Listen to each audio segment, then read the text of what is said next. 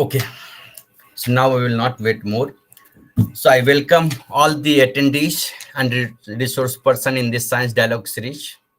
As most of you know that this Science Dialogue series is, purpose of this Science Dialogue series is only to disseminate knowledge, to increase knowledge pool in bioscience system.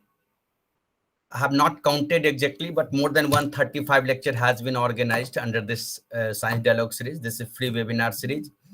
And resource persons are from different corners of the world. Those who are very reputed, including JNU, IIT, some are postdoc from Harvard, Stanford, Max Planck. So you can visit my YouTube channel. That is an exclusive research, mostly research based. But we also take teaching lecture from reputed person. In this series, we have invited Dr. Neelav Srivastava. He is PhD from BHU, Banaras Hindu University. And he's also running one enterprise, that is Samadhan Life Science. And he's very popular among biotechnology or bioscience students, because if you will visit his YouTube channel, he has more than 50,000 subscribers. And he's always ready to help a student to qualify national level exams. That's why we have tuning, matching our tuning.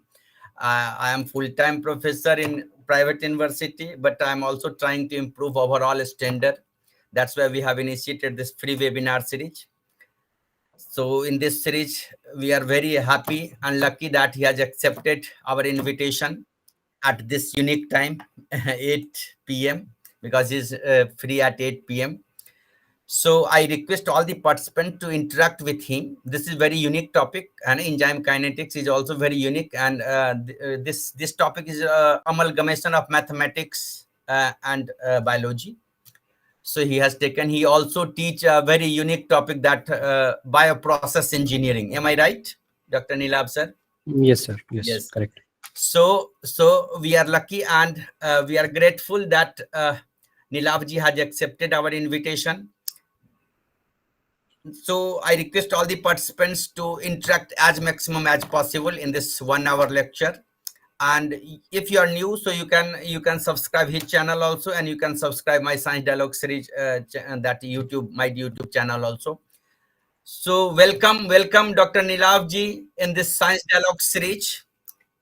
We are great. Thank you so much, sir. Thank you. Yes, please. Now platform is yours. Thank you so much, sir. So I welcome you all to this Science Dialogue series platform. So first of all, big congratulations to Professor Gopalji sir. His initiative of this Science Dialogue series is really helpful and impacting students from all nooks and corners of India. So congratulations, sir, for this. And I'm really happy to be a part of this Science Dialogue series, primarily because I myself want to contribute to this STEM knowledge. And as he said, that I am heading a company, Samadhan Life Sciences, wherein I teach students for different life science examinations, for example, GATE, CSIR-NET, and things like that. That is why I have chosen a topic that is of prime interest to students who are preparing for CSIR-NET or GATE examinations. So I believe many of you would be basically aspirants of this examination. So my aim in this particular webinar or lecture would be to impart as much knowledge as I can in this short period of time. I would be teaching you a little, try to be a little different. Like, I mean, you would like the session. I personally believe that, and after that, we would also be solving some questions that have been asked in previous years. So, without much ado, let us start. So I'm just sharing up my screen. If you could just confirm that it's visible, so it would be great. Yeah. So is my screen visible? Slide open. Yeah. Ji. Is it visible? Yes. Full slide mode. Okay. Thank you so much. So yeah. So talking about the topic that I've chosen, enzyme kinetics made simple, from fundamentals to PYQs. And this is, as you would be knowing, Science Dialogue series. So the main thing is that this particular topic is asked in all of the life science examinations. And my aim would be not only to focus upon the life science examinations, but also to teach you, give you a basic idea about what enzyme kinetics is and how it works. So let us talk about the introduction to enzyme kinetics. Now, what is the definition? Now, whenever you are studying something, जब भी आप कोई चीज नई चीज पढ़ते हैं, तो first of all, you should be knowing what speed, what do we actually mean? We want to talk about the rates, the study of rates of enzyme catalyzed reactions. Now, you would understand, or you would agree with me when I say that most of the biological reactions are enzyme catalyzed. Why is that so? ऐसा क्यों होता है कि आपके biological system में ज़्यादातर जो reactions हैं वो एंजाइम कैटलाइज्ड हैं? Because biological reactions are extremely slow to start with. बहुत ही slow reactions होते हैं. तो in order to speed them up, even if we want to speed those reactions up, therefore the enzymes are used. इसीलिए enzymes का इस्तेमाल होता है. तो what is the difference between an enzyme and a catalyst? बहुत सारे students अक्सर इसमें फंसते हैं कि what is the difference between an enzyme and a catalyst? Suffice to say that a biological a catalyst that is catalyzing a biological reaction can be called as a biocatalyst. In other words, it can be called as an enzyme. इसको दूसरे शब्दों में enzyme कह सकते हैं. But there is more to it. बहुत differences हैं. For instance, एक difference अगर मैं आपको बताऊं तो catalysts can be affected by high temperature, pressure या pH. अगर आपने ज़्यादा बढ़ाया घटाया तो जो कैटलिस्ट हैं उनके ऊपर कोई असर नहीं पड़ेगा. For instance if I take the example of iron, आप टेम्परेचर बढ़ा दीजिए, पीएच बढ़ा दीजिए, not much effect would be there on that catalyst. But if I'm talking about for the fact of the matter of a biocatalyst, an enzyme, अगर आप temperature बढ़ा दोगे, the enzyme would get denatured. और enzyme अगर denature हो जाएगा, then reaction will not be able to proceed in the forward direction, or the fact of the matter, the reaction will not able to proceed only. So in case of enzyme kinetics, we are mainly focusing upon the rates of enzyme catalyzed reactions, right? Now, why is enzyme kinetics so important? Is it only a topic that is asked in CSIR NET या सिर्फ इसलिए पढ़ना जरूरी है? नहीं. For those of you who have interest in biochemistry, तो आपको ये बात समझ में आनी चाहिए कि not only in biochemistry, it has roles in biotechnology as well as in medicine. So मैं आपको कुछ examples देता हुआ चलता हूँ. For instance, let us talk about biochemistry. All of you would have studied glycolysis, Krebs cycle, electron transport system पढ़ा होगा आपने. तो अगर मैं बात करता हूँ in case of let us say जैसे enzyme कुछ रिएक्शंस ऐसे होते हैं, these are the rate determining steps. ऐसे रिएक्शंस जो कि बहुत स्लो मूव करते हैं. What are those reactions? हम कैसे डिटरमाइन कर सकते हैं? Again, we'll have to go into the speed of the reaction. So there are some reactions that are called as the rate determining steps, उनको बोलते हैं. These are also called as bottleneck reactions, जिसकी वजह से पूरा का पूरा जो रिएक्शन का पूरा सीक्वेंस है वो स्लो डाउन हो जाता है because of these reactions. So you will be able to identify that only and only when you have a good idea about enzyme kinetics. What about biotechnology? Biotechnology में क्या इस्तेमाल है? Many of you would be from biotechnology background. आपको पता होगा there are humongous numbers of industrial enzymes that are used. जैसे कि अगर हम बात करते हैं तो detergents के लिए as a food में बहुत सारा इस्तेमाल है. Bioprocess engineering में बहुत ज़बरदस्त इस्तेमाल होता है इसका. So again, I would request you all to please close your mics. Sakshi, close your mic, mute कर लीजिए mic को. Yes, हो गया मुझे. Yeah. Okay. Now let us talk about medicine. आखिर medicine की अगर हम बात करते हैं, तो what is the role of enzymes in medicine? Let me give you an example. आपने जरूर सुना होगा glucose 6-phosphate dehydrogenase के बारे में. Very commonly asked question in life science examination. Glucose 6-phosphate dehydrogenase के बारे में. Now, अगर आपको पता होगा the deficiency of this enzyme causes hemolytic anemia. जो आपके RBCs होते हैं उनकी लाइफ स्पैन घट जाती है and they get hemolyzed. वो RBC फट जाते हैं and this causes hemolytic anemia. Again, we have to go into the enzyme kinetics. So this is a fabulous subject that you should all be studying, and we would be going into the nitty-gritty stuff as we move forward. Now, coming to applications, what are the applications in case of drug designing? आखिर आप जब हम बात करते हैं enzyme kinetics की, तो हम drug designing से क्या समझते हैं? या ऐसे कोई enzymes जो हों जो ड्रग डिजाइनिंग में यूज होते हैं, ऐसे कौन से हैं? बहुत बार आया हुआ क्वेश्चन है एग्जाम में, आई मीन और सबको पता भी होना चाहिए आप सभी लोगों को, because this is a health related thing. आप सभी लोगों ने सुना होगा स्टैटिन ड्रग के बारे में। स्टैटिन ड्रग्स,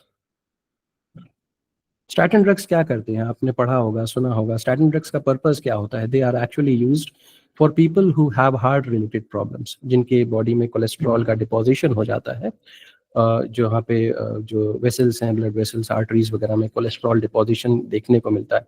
तो in those cases statin drugs are used. What do statin drugs do? They would be inhibiting a very, very important enzyme, and the name of the enzyme is HMG coenzyme A reductase. तो ये enzyme का काम क्या होता है? What is the role of this enzyme? This enzyme actually is responsible for the production of cholesterol. So if somehow we have devised a drug that is statin, and this statin inhibits HMG coenzyme A reductase, so ultimately our body will not be forming cholesterol, and the problem related to heart diseases can be subsided. Another area of enzyme kinetics is diagnostics. Let me give you an example of this. Glucose oxidase का नाम सुना होगा आपने. So glucose oxidase is also used in biosensors. जैसे कि आपने glucometer देखा होगा.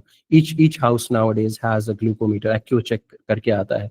So in those we use glucose oxidase, and it helps us to determine the blood glucose levels. Now talking about metabolic engineering. Why or how does enzyme kinetic have a role in metabolic engineering? आपने अभी government की policy देखी होगी कि we are selling the ethanol blended the petrols. So I believe as of now, I believe 10-20% mixture is being used. A lot of debate is going on whether it is good for engines or not. That I'm not going into that. But एक बात तो ये पता है कि we have to synthesize a lot of ethanol. So we have to do a lot of metabolic engineering. We have to find out different pathways through which we can synthesize ethanol. And ethanol synthesize kare, फिर we can blend it into petrol, and we can go forward in our development of the country. So again, metabolic engineering में भी enzyme kinetics बहुत बड़ा role play करता है. Let's move on to the next thing. Now, actually, we are proceeding towards the topic. सबसे पहले बात करते हैं what are enzymes. हम already इसके बारे में, enzymes के बारे में मैंने आपको बताया भी. It is basically a biological catalyst. Biological catalyst होता है. It is a biological catalyst. Now, what role does it play? बहुत सारे स्टूडेंट्स को इसमें कंफ्यूजन होता है कि एंजाइम्स का क्या क्या इंपॉर्टेंट फीचर है. समझिए ध्यान से कि when you are talking about an enzyme, तो enzyme will never change the delta G of a reaction. कभी भी आप delta G of a reaction change होते हुए नहीं देखेंगे. All of you would be knowing about delta G if you have studied thermodynamics. Delta G of a reaction can be positive and it can be negative as well. अगर positive है, reaction will B non spontaneous. Negative है, reaction will be spontaneous. आप हमेशा याद रखें, enzyme will never never never touch a reaction that is having positive delta G value. कभी भी delta G positive में हाथ नहीं लगाएगा. दूसरी बात, इट विल नेवर चेंज के equilibrium of a reaction. Equilibrium constant को कभी चेंज नहीं करेगा. Why am I saying that? Because it will be influencing the forward reaction as well as backward reaction in the same way. That means अगर मैं कहूँ कि it is favoring the forward reaction 10 times, then it will be favoring the backward reaction also 10 times. So that is why the K equilibrium will not have any effect. So because आपको पता होगा K equilibrium is equals to rate of forward reaction upon rate of backward reaction. ये होता है. So if the forward as well as the backward reaction are being working at the same pace, then उसमें कोई अंतर नहीं होगा. So apart from that, if I say then no change in equilibrium constant, delta G में कोई change नहीं आएगा. What is the main role of an enzyme? As I have already said, that it will be speeding up a reaction. Speeding up of reaction. Reaction की speed बढ़ जाती है. दूसरी बात, the enzyme does not get consumed in a reaction. Does not get consumed. Does not get consumed. तो ये कुछ बातें हो गई. Salient features about enzyme that you should be knowing. ये important है, ये important है, पता होना चाहिए आपको. Now, let us talk about substrate. What is a substrate? Substrate is something that you are putting inside the reaction, something on which the enzyme basically would be acting. That is your substrate. And the enzyme acts on substrate and it produces the product. तो अब हमें समझ में आया कि what is a substrate, what is a product, and what is an enzyme. What do you mean by an active site of an enzyme? Let me draw a structure. Let us say this is a enzyme.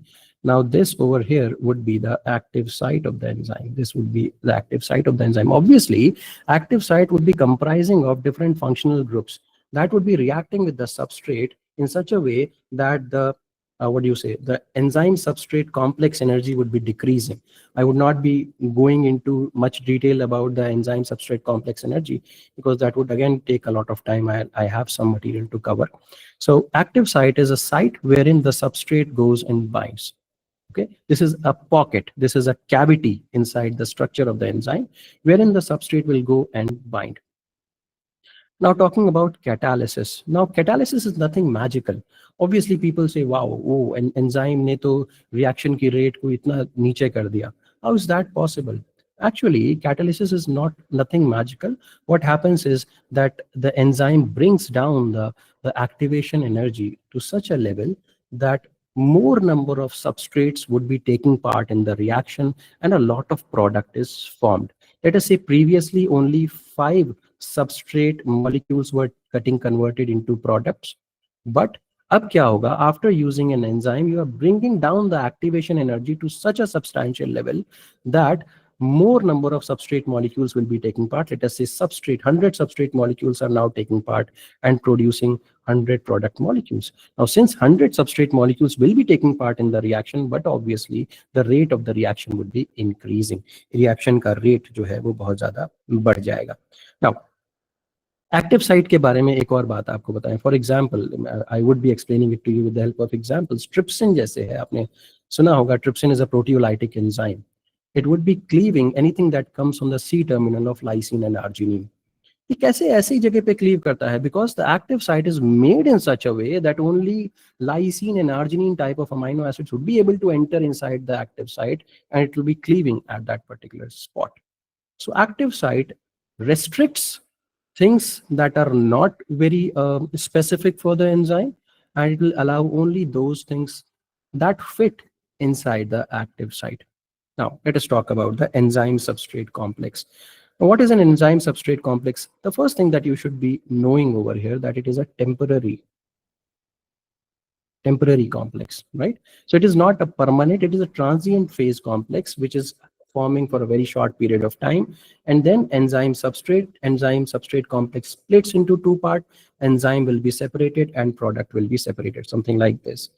Enzyme will be separated and product will be formed from here. So this is enzyme substrate complex. It is temporary in nature. Okay, now let us talk about the next concept, and the next concept is Michaelis-Menten equation. Michaelis-Menten equation. यहाँ पे बहुत सारे लोगों को बहुत confusion होता है. सबसे पहले समझते हैं कि ये Michaelis-Menten equation है क्या, इसको दिया क्यों गया था, what was the reason behind giving Michaelis-Menten equation. The prime thing is that it is an equation that gives us an idea that what is the relationship between the velocity of the reaction and the substrate concentration. Velocity और substrate में क्या relationship है ये बताता है. Obviously आप सभी लोग ये सोचोगे कि if we are increasing the substrate concentration, the velocity should also increase. Obviously होता भी यही है that if you are increasing the substrate concentration, velocity increases, but up to a certain level. सिर्फ एक particular point तक जा करके. After that, if you are increasing the substrate, it will have no effect on the velocity of the enzyme. तो ये level क्या है? Up till all enzymes are saturated. जैसे कि अगर मैं कहूँ if I am having 5 enzyme molecules and all the 5 enzyme molecules are saturated, that means they are binding with the substrate. तो फिर आप चाहे जितना substrate लगा दो, उससे कोई फर्क नहीं पड़ने वाला. The velocity of the reaction will not increase. बढ़ेगा नहीं velocity. ठीक है, तो एक बात समझ में आई कि what is this Michaelis-Menten equation? It is giving us a relationship between the velocity as well as the substrate. Substrate बढ़ाओ, velocity बढ़ेगी. कब तक? जब तक enzyme पूरा का पूरा इस्तेमाल नहीं हो जाता.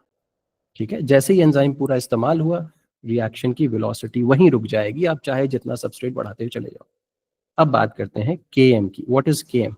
बहुत सारे स्टूडेंट्स को इसमें कंफ्यूजन होता है। देखिए बहुत आसान चीज है, Km is that substrate concentration. सबसे पहले तो ये समझते हैं Km और कुछ नहीं है, it is a substrate concentration. और कैसा सबस्ट्रेट कंसेंट्रेशन है? It is that substrate concentration where the velocity would be half of V max.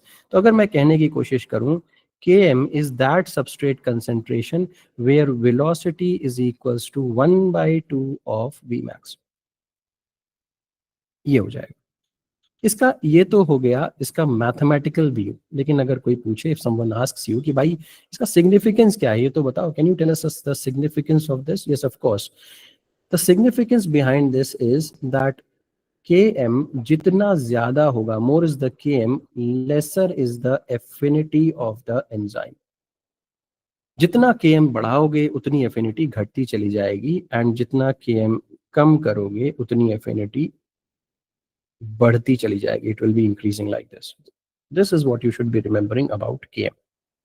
Next अगर आते हैं तो late us talk about Vmax। ये Vmax तो मैंने बताना है अभी। Vmax, तो Vmax is nothing but it is the maximum velocity. Let me give you an example. Suppose I'm riding my car. मैं अपने गाड़ी चला रहा हूँ, कार चला रहा हूँ. The maximum speed of my car is 150 km/h. That is the maximum speed of my car. So 150 kmph is Vmax. But can I ride always at 150 kmph? No.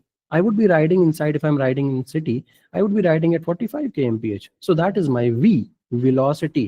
Velocity of the reaction is 45 and Vmax is 150. So this is the difference between these two.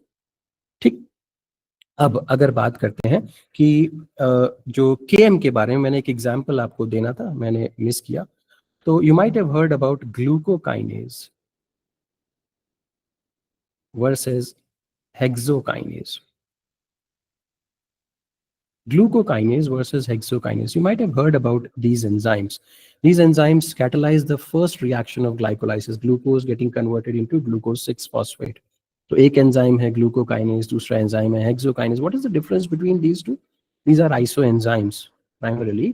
लेकिन इन दोनों में अंतर क्या है? What is the difference between them? The difference is that glucokinase is a Michaelis-Menten enzyme. It cannot be regulated.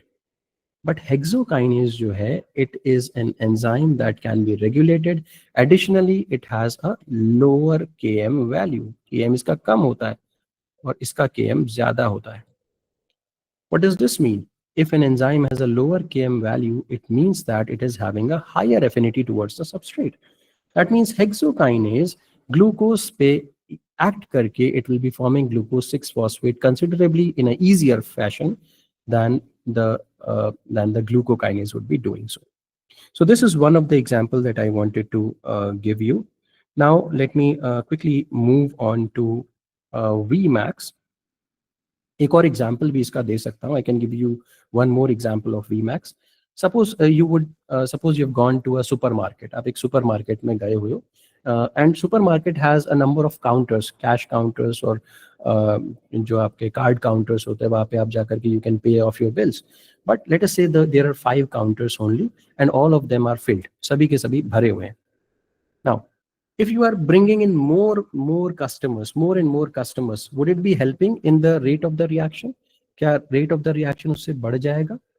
Or 5 counters were there, all the counters are filled with people already.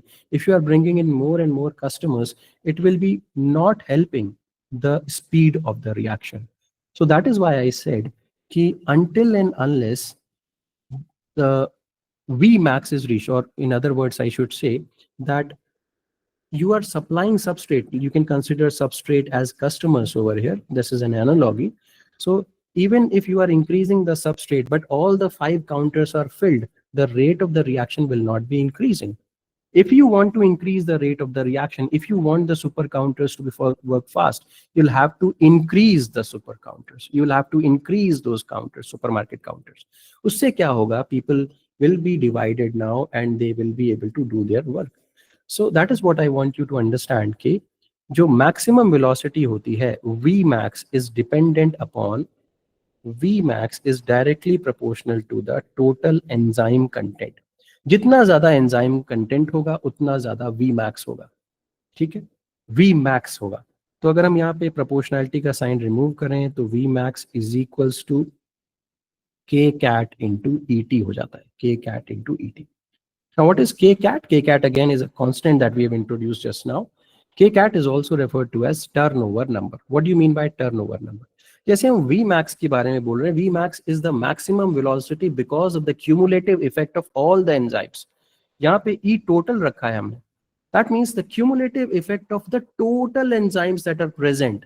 But अगर मैं सिर्फ एक enzyme के बारे में बात करूं, talking about only one enzyme, then it will be called as K cat. That means efficiency of one single enzyme is referred to as K cat. उसको हम लोग के कैट बोलते हैं. That means how much substrate is getting converted into product by that particular enzyme is referred to as turnover number. ठीक है, उसी को हम लोग turnover number बोलते हैं. ठीक है, तो it is also mentioned or it is also depicted as reactions upon second, reactions per second. इस तरीके से इसको दिखाते हैं के कैट को. तो I believe you would have understood all the parameters that are integral to the enzyme kinetics. Now, let us understand this curve. This is a Michaelis-Menten curve. I hope all of you would have seen this curve somewhere or other in your life. इसको जरा ध्यान से देखें. So you can see that this somewhere is the maximum limit. Okay, so if we draw a straight line like this, somewhere like this, let us consider that the V max over here is 0.8, the maximum velocity. Obviously it is not, but for ease of our purposes, let us consider that the maximum velocity over here is V max is equals to 0.8, right? Now, what about Km value? Km, if you are considering V max as 0.8, then 1 by 2 V max should be 0.4, somewhere around here. If you draw a line like this, and if you draw a perpendicular like this, it would be somewhere over here. Let us consider this as 1. So what is the Km value over here? I said that Km is that substrate concentration. Obviously, this is the substrate concentration. Km वो substrate concentration है जिस पे velocity 1 by 2 Vmax होगी. Vmax कितना था? 0.8. 1 by 2 Vmax 0.4. तो substrate concentration यहाँ पे कितना है? 1 है. That means Km over here would be 1. So in this way, you would be able to identify the Vmax value, the Km value, etc. You can identify it from here. Okay, so I believe you would have got a clear idea about Michaelis-Menten equation, but there is a problem in this equation. इसमें यहाँ पे इसका जो graph है, इसमें एक परेशानी है. क्या परेशानी है? परेशानी ये है कि whenever you are drawing a curve, जब अगर मैं यहाँ पे कर्व बना रहा हूँ, something like this, ऐसे एक कर्व बना रहा हूँ. Whenever you are drawing a curve, for me, let us say this is the highest point. तो मैंने यहाँ से ऐसे एक perpendicular draw करा. For someone else, let us say this is the highest point. उसने ऐसे draw किया. For someone else, this is the highest point. He'll draw like this. So identifying the highest point on a curve is a very difficult process.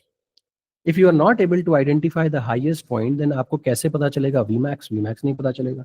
If you are not able to identify Vmax, then 1 by 2 Vmax कैसे पता चलेगा? If you are not able to identify 1 by 2 Vmax, तो आपको Km कैसे पता चलेगा?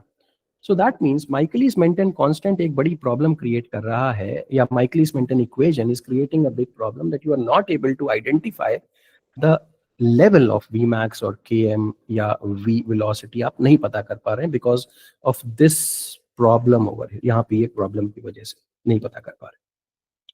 ठीक, तो अब इसको solve करने के लिए, in order to solve this, there was another equation, there was another thing that was brought up.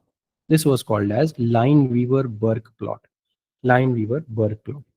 So in case of Lineweaver-Burk plot, this is just called as double reciprocal plot. इसको क्या बोलते हैं? Double reciprocal plot. Why? Because when we were talking about the Michaelis-Menten plot, it was drawn between the velocity and the substrate concentration. But when we are talking about the Lineweaver-Burk plot, we are drawing a curve between 1 by V and 1 by S. So this is what we are doing. That is why it is referred to as double reciprocal plot. इसीलिए इसको double reciprocal plot बोलते हैं. If you solve this Lineweaver-Burk equation, this would be your value. So Km by Vmax into 1 by S plus 1 by Vmax. So 1 by V is equals to Km by V max into 1 upon s plus 1 by v max.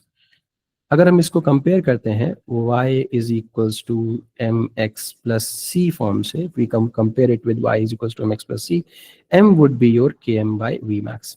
ये आपका slope हो जाएगा, km by v max would be your slope. And c क्या है यहाँ पे, this is your x, since we are plotting the graph between x and this is your y. That means अगर हम एक ग्राफ प्लॉट करें something like this, तो x axis पे we would be having 1 by substrate, on y axis we would be having 1 by v. So we are plotting a graph between 1 by v and 1 by s, and this time the graph would be a straight line. I'll be showing it to you in a bit. ठीक है, चलिए जल्दी से देखते हैं. जैसे कि मैंने बताया कि माइकलिस मेंटन को सॉल्व करने के लिए लाइन-वीवर बर्ग प्लॉट आया था, माइकलिस मेंटन की कमियों को रिजॉल्व करने के लिए. But again Lineweaver Burk plot की अपनी कुछ कमियां हैं. It does not work at low substrate concentration. अगर आप सबस्ट्रेट कंसेंट्रेशन बहुत लो रखोगे तो ये ठीक से काम नहीं करता है. Again but it is far better than Michaelis Menten equation. तो आगे बढ़ते हैं, लेट अस मूव फॉरवर्ड. यहाँ पे ये this is the graph of Lineweaver Burk. यहाँ पे आप देख सकते हैं on the y axis there is 1 by v, ये y है, और ये x एक्सिस पे आपको दिख रहा है 1 बाय s.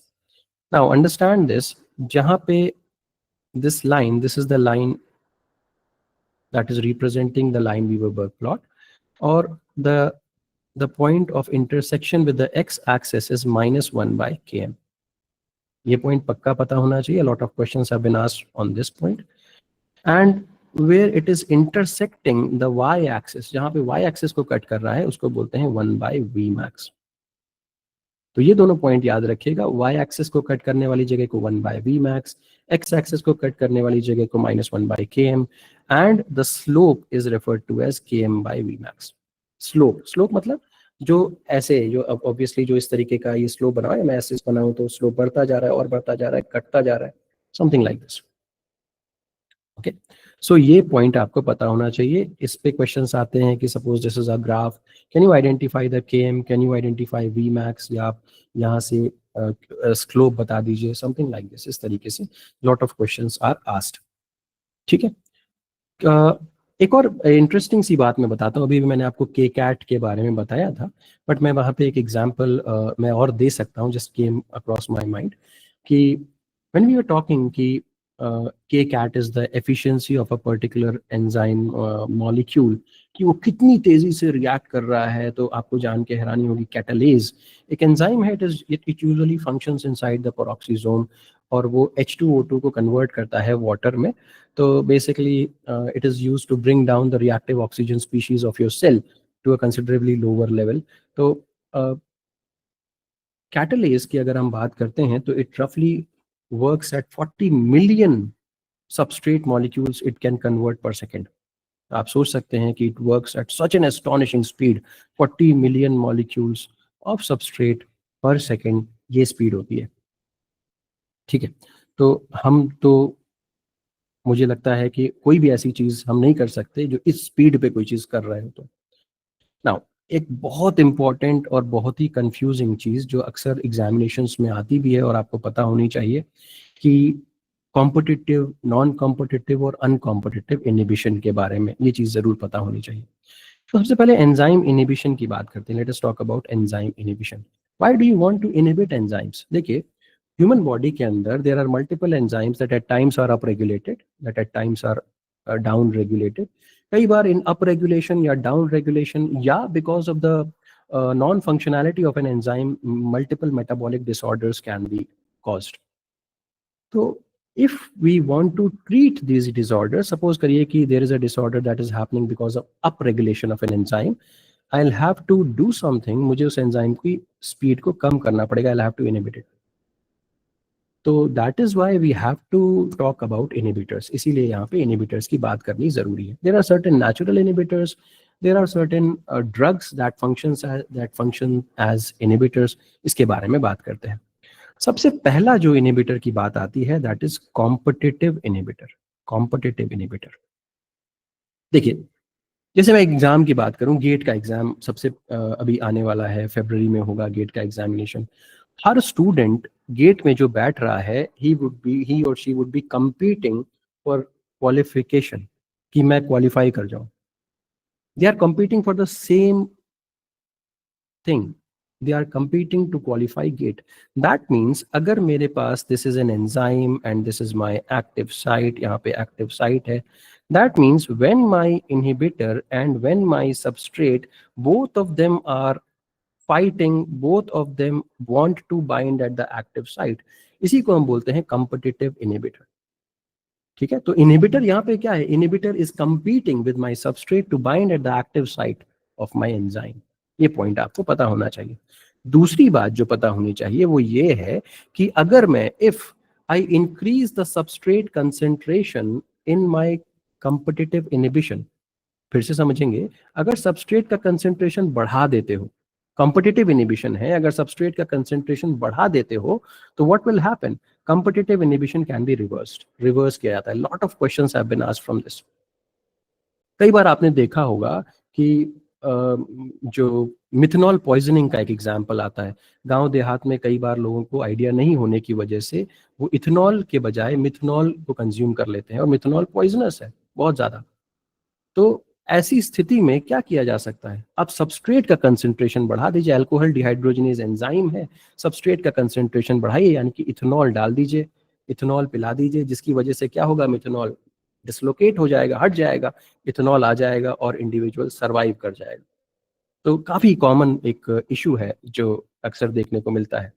तो कॉम्पिटिटिव इनहिबिशन में और क्या इंपॉर्टेंट चीज है? केएम यहाँ पे बढ़ जाता है. ऑब्वियसली बढ़ जाएगा, नहीं बढ़ेगा? आप सोचिए कि if two things are competing for the same active site, दो चीजें, एक इनहिबिटर है एक सबस्ट्रेट है, दोनों एक ही चीज के लिए कंपीट कर रहे हैं, तो obviously the affinity of the enzyme for the substrate would be decreasing. Substrate के लिए एफिनिटी क्या होगी? घटती हुई चली जाएगी.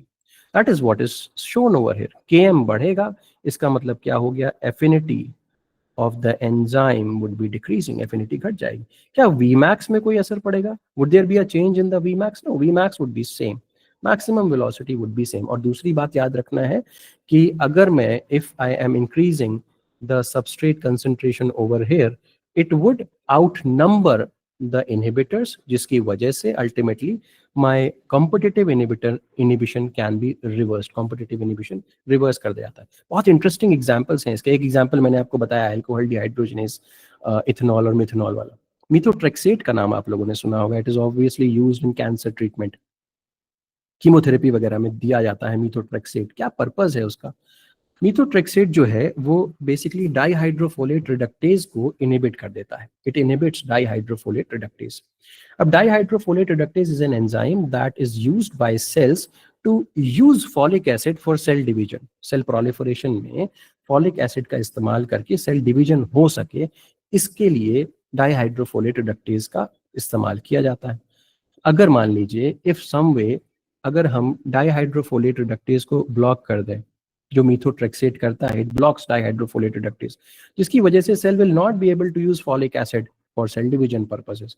अल्टीमेटली सबसे ज्यादा असर किस पे पड़ेगा? कैंसर सेल्स के ऊपर पड़ेगा. दे विल बी डाउन, नीचे आ जाएंगे. Number of cancer cells would be decreasing, वो डिवाइड नहीं कर पाएंगे. ये एक मीथोट्रेक्सेट इसका कॉमन एग्जांपल. एक और एग्जांपल देते हैं, एसिटाइल कोलिन.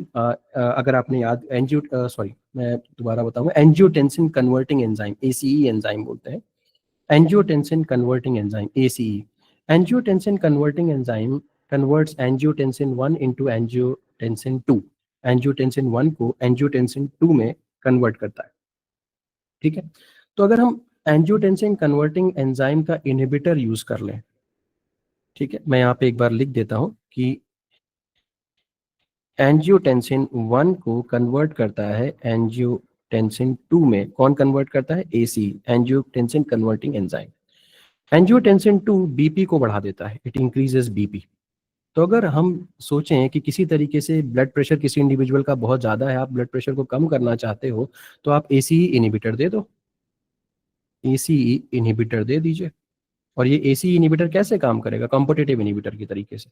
ये ACE को ब्लॉक कर देगा, it will B blocking ACE, जिसकी वजह से angiotensin 1 will not B converting into angiotensin 2, जिसकी वजह से blood pressure will remain constant, बढ़ेगा नहीं. ठीक है, तो ये हो गया कॉम्पिटिटिव इनिबिशन के बारे में। अब बात करते हैं मैक्सिमम केसेस में कॉम्पिटिटिव इनिबिशन के ऊपर क्वेश्चन पूछे जाते हैं। आगे आते हैं नॉन कॉम्पिटिटिव इनिबिशन में।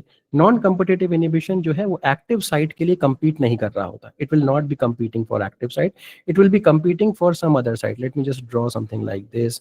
ये सपोज करिए एक्टिव साइट है, over here substrate will be binding, और यहाँ पे मान लीजिए एलोस्टेरिक साइट है, एलोस्टेरिक साइट है। तो over here your non competitive inhibitor will be binding. But इसका पर्पस क्या है? नॉन कॉम्पिटिटिव इनिबिटर में क्या होगा? इन case of non competitive inhibitor, यहाँ पे एंजाइम का कन्फर्मेशन चेंज हो जाएगा। After the inhibitor binds over here, the confirmation of the enzyme will be changing. और एंजाइम का कन्फर्मेशन अगर बदल गया तो many enzymes will not be functional, बहुत सारे एंजाइम्स काम नहीं कर पाएंगे। और अगर बहुत सारे एंजाइम्स काम नहीं कर पाए, the enzymes are not able to function properly, Vmax would decrease, Vmax घट जाएगा, because I told you Vmax is dependent upon the total concentration of the enzymes. Km यहाँ पे सेम रहेगा because there is no change in the binding affinity. Binding affinity में कोई change नहीं हुआ। तो अगेन ये पॉइंट इंपॉर्टेंट है नॉन कॉम्पिटिटिव का। अनकॉम्पिटिटिव तो अपने आप में बहुत ही अनोखी चीज है। In case of uncompetitive inhibitors, enzyme और inhibitor will not be able to bind enzyme. तो एंजाइम प्लस इनहिबिटर ये केस कभी नहीं होगा। तो केस क्या होगा? Enzyme substrate plus inhibitor. तो inhibitor can bind only when the enzyme and substrate are combined together to form enzyme substrate inhibitor complex. ठीक है, तो in this I want to say, आप यहाँ पे देख सकते हो Km डिक्रीज हुआ है। This is such interesting case. यहाँ पे Km घटा है। अगर Km घटा है तो इसका मतलब वो एफिनिटी इंक्रीज हो गई है। ऐसा कौन सा इनहिबिटर है जो एफिनिटी इंक्रीज कर दे रहा है? ऐसा भी हो सकता है क्या? कभी हो सकता है। अनकॉम्पिटिटिव इनिबिशन में ऐसा हो रहा है। That means Km is decreasing because of which affinity बढ़ रही है। एफिनिटी क्यों बढ़ रही है? इसलिए बढ़ रही है because inhibitor wants that enzyme and substrate combine together, because तब तक इनहिबिटर बाइंड ही नहीं कर पाएगा। Until and unless enzyme and substrate are combined together, तब तक इनहिबिटर वहां बाइंड नहीं कर सकता। That is why inhibitor is promoting enzyme कि भाई तुम जाओ सबस्ट्रेट से बाइंड करो, कि तब जाकर के मैं बाइंड कर सकता हूं। तो यहाँ पे Vmax भी डिक्रीज होता है, Km भी डिक्रीज होता है। Very interesting case uncompetitive inhibition. ज्यादा हम इसके ऊपर डिस्कस नहीं कर सकते, ऑलरेडी मेरे पास कम टाइम है। एप्लीकेशंस इन ड्रग डिजाइनिंग की अगर हम बात करते हैं तो जैसे मैंने आपको बताया स्टैटिन ड्रग्स वगैरह हैं, ACE है ना। तो a lot of these things can be used, जिससे कि हम नए नए ड्रग्स को बना सकते हैं। एलोस्टेरिक एंजाइम्स के बारे में बात करते हैं। अभी अभी I wrote down allosteric site. Allosteric enzymes का मतलब क्या है? These enzymes are different from Michaelis Menten enzymes. तो माइकलिस मेंटन एंजाइम की बात अगर हम लोग करें तो they were forming rectangular hyperbola, ऐसा स्ट्रक्चर आ रहा था when you were drawing a V/S curve. लेकिन अगर मैं एलोस्टेरिक एंजाइम के कर्व की बात करूं, it's something like this. Sigmoidal curve बनता है, V एंड S के बीच में there is a sigmoidal kinetics, not Michaelis Menten. Very very important thing. That means कुछ एंजाइम्स ऐसे हैं जो एलोस्टेरिक एंजाइम्स होते हैं, they do not come under the Michaelis Menten characteristic. ऐसे एंजाइम्स को कैसे पहचान सकते हैं sir? Very important characteristic feature of these enzymes is that they have multiple subunits. Multiple subunits, multiple subunits. जैसे कि एक एग्जांपल लेते हैं हीमोग्लोबिन के केस में। Haemoglobin has alpha 1, alpha 2, beta 2 type of configuration. यहाँ पे कितने सब यूनिट हो गए? 4 सब यूनिट हो गए। That is why allosteric enzymes example के तौर पे they are showing sigmoidal curve. दूसरी चीज यहाँ पे देखने को मिलती है, we show cooperativity. They will be showing cooperativity. Cooperativity का मतलब क्या हो गया? Suppose one subunit of hemoglobin is binding with oxygen, it will be promoting the binding of oxygen with the other subunit. Now these two would be promoting the binding of oxygen to the third subunit, and these three would be promoting the binding of oxygen to the fourth subunit. This is called as cooperativity. इसी process को cooperativity बोलते हैं। तो cooperativity can be positive as well as negative. कैसे होती है इसको देखते हैं। I have a good diagram that you can see. So यहाँ पे आप देख सकते हो, this is allosteric enzyme curve, this is Michaelis Menten enzyme curve. अब यहाँ पे आप देख सकते हो नेगेटिवली किस तरीके से allosteric enzyme inhibit हो सकता है। You can see this is a inhibitor. This inhibitor is binding to this allosteric site, and once this inhibitor binds to this allosteric site, substrate is not able to bind. यहाँ substrate नहीं bind कर सकता। तो this is negative regulation, negative regulation का example है। यहाँ पे आप देखो this is an activator, activator is binding to the allosteric site. Because of this, the active site that was previously not very conducive for binding, वो change होकर के बहुत conducive बन गई है, and the substrate can easily bind over. तो it can be positively regulated and negatively regulated.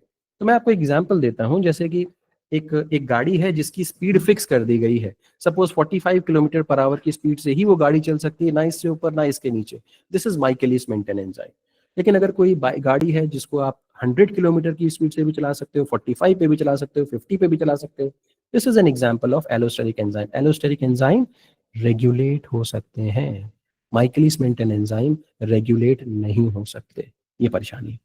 तो आपको समझ में आया होगा कि एलोस्टेरिक एंजाइम कितना इंपॉर्टेंट रोल प्ले करते हैं हमारे बायोकेमिकल रिएक्शंस में।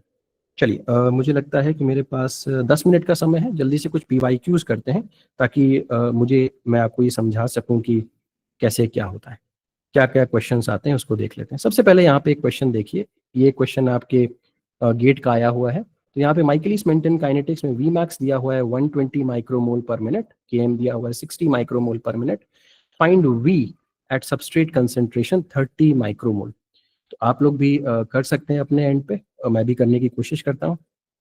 तो माइकेलिस मेंटेन की इक्वेशन सबसे पहले तो पता होनी चाहिए, V is equals to Vmax into S upon Km plus S।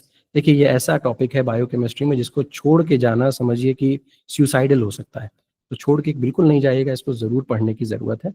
तो Vmax की वैल्यू सीधे सीधे यहाँ से उठा करके रख लीजिए, 120 यूनिट्स का जरूर ध्यान दीजिएगा, माइक्रोमोल पर मिनट हो गया, और सबस्ट्रेट का कंसेंट्रेशन दिया हुआ है 30 माइक्रोमोल। यहाँ पे आ जाइए, डिवाइड कर दीजिए Km प्लस S से। Km की वैल्यू है 60 प्लस S की वैल्यू है 30, इसको यहाँ पे लिख लीजिए, और 120 इंटू 30 अपॉन 90। ठीक है, तो इसको सॉल्व कर लीजिए आप यहाँ से सीधे सीधे। अगर आप इसको सॉल्व करेंगे तो ये 40 माइक्रोमोल पर मिनट आ जाएगा, 40 माइक्रोमोल पर मिनट। ये क्वेश्चन है, गेट का आया हुआ क्वेश्चन। ठीक है, तो उम्मीद है कि ये समझ में आया होगा। जस्ट सिंपल माइकेलिस मेंटेन इक्वेशन के ऊपर बेस्ड क्वेश्चन आया हुआ, डायरेक्ट क्वेश्चन आता है, इसमें दिमाग ज्यादा लगाना नहीं होता। अब ये क्वेश्चन है, ये आपका CSIR का क्वेश्चन है। In the presence of an inhibitor the Lineweaver Burk plot shows same y intercept but greater slope than control. अगर यहाँ पे समझने की कोशिश करें आप, तो यहाँ पे दिया हुआ है same y intercept. y axis पे हम क्या दिखाते हैं, x एक्सेस पे तो हम लोग ये दिखाते हैं 1/s, y एक्सेस पे आप क्या दिखाते हैं, 1/वेलोसिटी दिखाते हैं। ठीक है, और मैंने आपको एक चीज और बताई थी कि जब आप इंटरसेप्ट देखते हैं y एक्सिस पे, ये तो कह रहा है इंटरसेप्ट सेम है, y एक्सिस पे इंटरसेप्ट सेम है, that means 1/Vmax is equals to same, यही तो बोला हुआ है। यस, ठीक है, सेम y इंटरसेप्ट, इसका मतलब हो गया 1/Vmax is equals to same, but greater slope. अरे स्लोप तो हम लोगों ने अभी भी देखा था, slope was Km/Vmax। That mean slope अगर बढ़ रहा है तो Vmax सेम है, तो ऑब्वियसली Km बढ़ रहा होगा। दैट मीन्स Km के अंदर चेंज हुआ, Vmax के अंदर चेंज नहीं हुआ। ये बात तो पक्की तय हो गई, क्योंकि यहाँ पे सेम y इंटरसेप्ट बोला, तो 1/Vmax सेम है, इसका मतलब Vmax भी सेम है, और Km बढ़ रहा है, Km इज इंक्रीजिंग। अब एक ही जगह हम लोग ये बात जानते हैं कि जहाँ पे Km इंक्रीज और Vmax सेम, कहाँ पे है भाई, जल्दी से देखिए, Km इंक्रीज और Vmax सेम। डायरेक्ट क्वेश्चन आया हुआ है, थोड़ा सा आप दिमाग लगाएंगे तो ये क्वेश्चन बन जाएगा। तो ये कौन सा इनिबिशन हो गया भाई, कॉम्पिटिटिव इनिबिशन, कॉम्पिटिटिव इनहिबिशन। ठीक है, नेक्स्ट ये एक और भी क्वेश्चन आया हुआ है आपके एग्जाम का, ये CSIR नेट का। के कैट यहाँ पे दिया हुआ है 50 सेकेंड इनवर्स, जल्दी से लिख लेते हैं वैल्यूज। 50 सेकेंड इनवर्स, ई टोटल की वैल्यू दी हुई है, टोटल एंजाइम कंटेंट की वैल्यू दी हुई है 20 नैनोमोल, Km की वैल्यू दी हुई है 10 माइक्रोमोल, सबस्ट्रेट कंसेंट्रेशन दिया हुआ है 10 माइक्रोमोल। और यहाँ पे हमसे पूछ रहा है V max एंड V। यहाँ पे थोड़ी एक बात ध्यान दीजिएगा कि जो आपको ई टोटल एंजाइम का कंटेंट जो यहाँ पे दिया हुआ है वो 20 नैनोमोल दिया हुआ है, बाकी जगह पे माइक्रो दिया हुआ है। इस बात को थोड़ा सा ध्यान दीजिएगा। तो सबसे पहले अगर हमसे कोई पूछ रहा है वी मैक्स निकालने के लिए, तो सीधी सी बात है, V max is equals to K2 into E T. ठीक है, ये फॉर्मूला पता है। और वी मैक्स की वैल्यू हमें पता नहीं है। We know the value of K cat या K2 को ही हम के कैट कहते हैं, this is also called as K cat. तो के कैट वैल्यू 50 पर सेकेंड है, 50 पर second into enzyme total 20 nanomole दिया हुआ है। ठीक है, तो अगर हम इसको सॉल्व करें तो this would be coming out to be 1000 nanomole second. इसको अगर मैं माइक्रोमोल पर सेकेंड में कन्वर्ट कर दूं तो 10 टू द पावर -3 से मल्टीप्लाई करना पड़ेगा। तो ये हो जाएगा 1 इंटू 10 टू द 1 माइक्रोमोल पर सेकेंड, 1 माइक्रोमोल पर सेकेंड। चेक में यही आया था, 1 माइक्रोमोल पर सेकेंड। ठीक है, तो ये तो आ गया मेरा V मैक्स। अगर V मैक्स आ गया तो क्या मैं वेलोसिटी निकाल सकता हूँ? बिल्कुल। V is equals to V max into S upon KM plus S। इसी फॉर्मूले में रख दीजिए। यहाँ पे मुझे V मैक्स भी पता है, यहाँ पे मुझे सबस्ट्रेट कंसेंट्रेशन भी मैंने निकाल लिया है, यहाँ पे मेरे पास KM भी है, सबस्ट्रेट है। क्या मैं वेलोसिटी निकाल सकता हूँ? जी हाँ, निकाल सकता हूँ। कैसे? V मैक्स की वैल्यू 1 रख दीजिए। अब तो सब कुछ सेम यूनिट में है। 1 माइक्रोमोल सेकेंड इनवर्स, सबस्ट्रेट का कंसेंट्रेशन दिया हुआ है 10 micromole, 10 micromole upon Km plus S। देखें तो Km 10 दिया हुआ है, S 10 दिया हुआ है, तो 20 हो गया, 20 माइक्रोमोल। काट दीजिए इसको, 0.5 आ जाएगा, 0.5 माइक्रोमोल पर सेकेंड। सिंपल सिंपल क्वेश्चंस हैं जी। अगर आपने थोड़ा सा बेसिक क्लियर कर रखा है तो प्रॉब्लम नहीं आएगी। एक क्वेश्चन और है, देखिए जल्दी से। ये PYQ आया हुआ है, the Michaelis Menten constant Km of an enzyme is. अभी मैंने बताया था कि Km और कुछ नहीं है, Km is actually your substrate concentration, that substrate concentration where the velocity is 1/2 of Vmax, 1/2 of Vmax होता है। Substrate concentration at which reaction velocity is half of Vmax। ये which of the following shows sigmoidal kinetics instead of Michaelis-Menten kinetics? अभी मैंने आपको बताया था कि all those enzymes that are multi-subunit, for example hemoglobin alpha 2 beta 2 type वहाँ पे है, तो it would be showing your the nature of sigmoidal kinetics। sigmoidal का ग्राफ हमेशा याद रखिएगा, कुछ इस तरीके का ग्राफ होता है, एस शेप का देखने को मिलता है। तो यहाँ पे आंसर हो जाएगा, आंसर वुड बी हीमोग्लोबिन। ठीक है, तो I wanted to talk more but already मेरे पास केवल अब 5 मिनट रह गए, and I would be happy to take your questions if Thank you, there are any. thank you, thank